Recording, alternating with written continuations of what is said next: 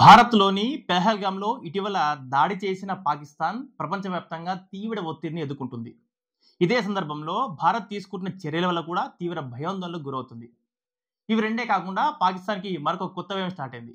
అదే అంతర్యుద్ధం. 1971లో బంగ్లాదేశ్ చీలిక తర్వాత మళ్ళీ ఆ దేశం మరో 2, 3 ముక్కలు కాబోతోంది.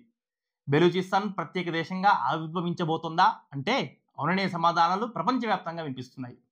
ఇంతకీ పాకిస్తాన్‌లో ఈ అంతర్యుద్ధం ఎందుకు రాబోతోంది? అసలు బలూచిస్తాన్ ప్రజలు ప్రత్యేక దేశాన్ని ఎందుకు కోరుకుంటున్నారు? ఇలాంటి పూర్తి విషయాలు ఇప్పుడు తెలుసుకుందాం.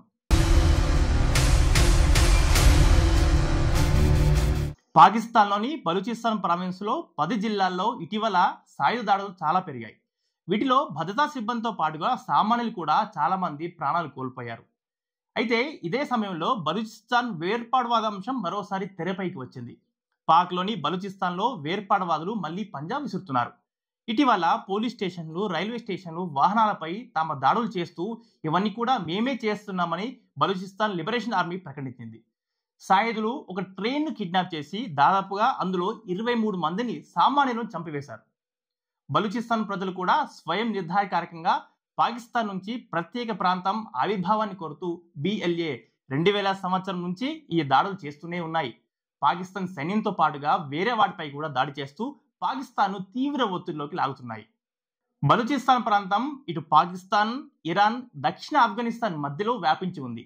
ఈ ప్రాంతానికి చెందిన స్థానిక తెగే బలూచి ప్రజలు శతాబ్దాలుగా బాహ్య శక్తుల ప్రాబల్యం, భౌగోళిక రాజకీయ పరిణామాల్లో వీరు తమ ప్రత్యేక గుర్తింపు నిలుపుకున్నారు.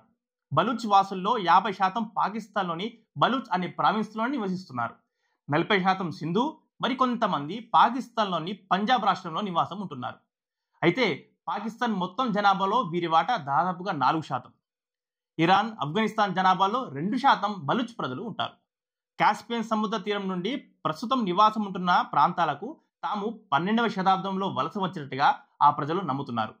వారిలో అత్యధికంగా సున్నీ ముస్లిం ఉండటం విశేషం. ఇరాన్, ఆఫ్ఘనిస్తాన్తో పోలిస్తే బలూచిస్తాన్ సింహభాగం పాకిస్తాన్లోనే ఉంది.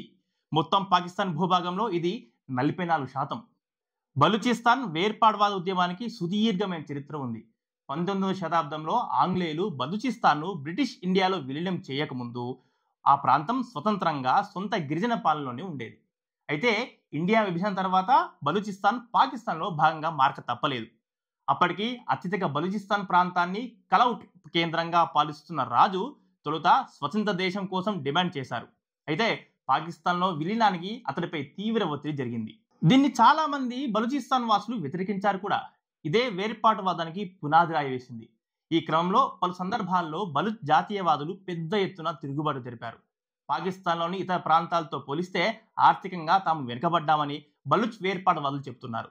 బంగారం, వజ్రాలు, వెండి, రాగి వంటి విలువైన వనరులు బలూచిస్తాన్లో ఉన్నాయి. అయితే ఇక్కడ నివసించే ప్రజలందరూ కూడా నిరుపేదలు. బలూచ్ వేర్పాటువాదులు ఒక బృందంగా విస్తృత ప్రచారం పొందిన BLA 2000 సంవత్సరం నుంచి పాకిస్తాన్ సైన్యంపై, పోలీసులపై, పాత్రికేయులపై, పౌరులపై, అనేక విద్యా సంస్థలపై తీవ్రంగా దాడులు జరుపుతూనే ఉన్నారు. లష్కరే Balochistan, Balochistan liberation united front ఈ ప్రాంతంలో ఇతర వేర్పాటు సంస్థలుగా ఉన్నాయి. బలూచ్ ప్రజలకు మరింత స్వయం ప్రతిపత్తి, స్వతంత్రత, పూర్తి సార్వభౌమాధికారాన్ని కల్పించాలని వేర్పాటువాదులు కోరుతున్నారు. చైనా అధ్యక్షుడు జిన్పింగ్ ప్రతిష్టాత్మకంగా చేపట్టిన చైనా పాకిస్తాన్ అంతర్జాతీయ రహదారి సిపెక్ బలూచిస్తాన్ ప్రాంతం గుండే సాగుతుంది. ఇది వెళ్లడం ఆ వివాదానికి మరింత ఆజ్యం పోసింది.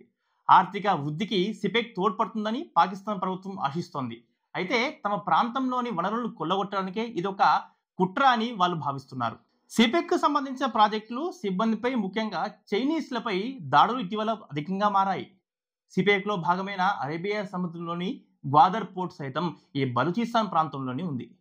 బలూచ్ వేర్పాటువాదాన్ని పాకిస్తాన్ ఉక్కుపాదంతో అణచివేస్తుండటంతో పరిస్థితులు మరింత జటిలంగా మారాయి.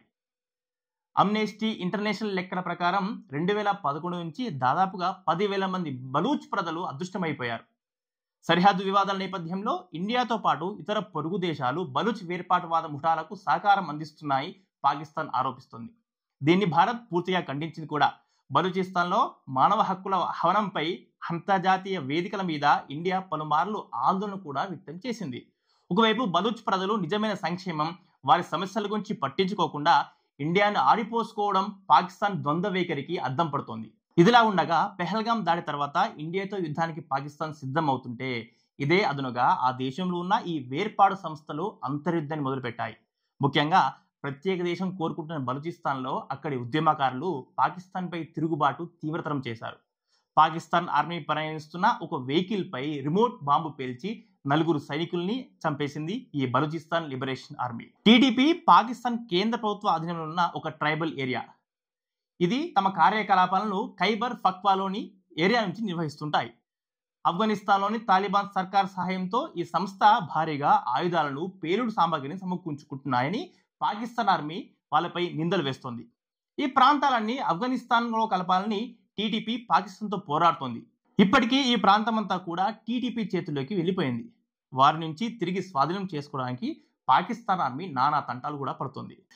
బిఎల్ఎఫ్, బిఎల్ఏ ఇవి రెండు కూడా బలూచిస్తాన్ దేశం ప్రత్యేక దేశం కావాలంటూ పాకిస్తాన్పై యుద్ధం ప్రకటించాయి. ఈ ప్రాంతమంతా కూడా ప్రస్తుతం ఈ రెండు సంస్థల ఆధీనంలోకి వెళ్ళిపోయాయి. పాకిస్తాన్ తన సైన్యాన్ని ఎక్కువగా కాశ్మీర్ వైపు గురిపెట్టడంతో బలూచిస్తాన్ దాని చుట్టుపక్కల ఏరియాలపై ఈ ఉద్యమకారులు పట్టుబిగిస్తున్నారు. మరోవైపు అల్-ఖైదా, ఐఎస్ఐఎస్కేపీ కూడా పాకిస్తాన్ ఆర్మీతో దాడులకు దిగుతున్నాయి. పాకిస్తాన్ నుంచి తమ ప్రాంతాన్ని ఆధీనంలోకి తీసుకోవడానికి ఈ రెండు సంస్థలు కూడా సైన్యంపై దాడులు తీవ్రతరం చేస్తున్నాయి. పాకిస్తాన్ సైన్యం కూడా భారత్పై దృష్టి పెట్టడంతో ఆ దేశం నుంచి విడిపోయి ప్రత్యేక దేశం సాధించుకోవడానికి ఇదే సరైన సమయమని ఆ సంస్థలు భావిస్తున్నాయి. యుద్ధాన్ని అంతర్యుద్ధంగా మార్చి ప్రత్యేక దేశ ఏర్పాటుకు పోరాటాన్ని తీవ్రతరం చేశాయి. దీంతో పాకిస్తాన్ 3 ముక్కలయ్యే ప్రమాదం ఏర్పడింది. 1971లో భారత్తో జరిగిన యుద్ధం తర్వాత పాకిస్తాన్ 2 ముక్కలైపోయింది. తూర్పు పాకిస్తాన్, పాకిస్తాన్ నుంచి విడిపోయిన బంగ్లాదేశ్గా అవతరించింది. భారతదేశంపై టెర్రరిస్టులను ఉసుగొలిపి మరోసారి యుద్ధానికి కాలుదూతున్న పాకిస్తాన్ ఈసారి 3 ముక్కలైతే ఆ దేశ పరిస్థితి చాలా దారుణంగా మారే అవకాశాలున్నాయి. ఇప్పటికే ఆర్థికంగా, ప్రపంచవ్యాప్తంగా తీవ్ర విమర్శలు ఎదుర్కొంటున్న పాకిస్తాన్ భారత్పై యుద్ధానికి కాలుదూడడం ఒక సాహసమనే చెప్పాలి.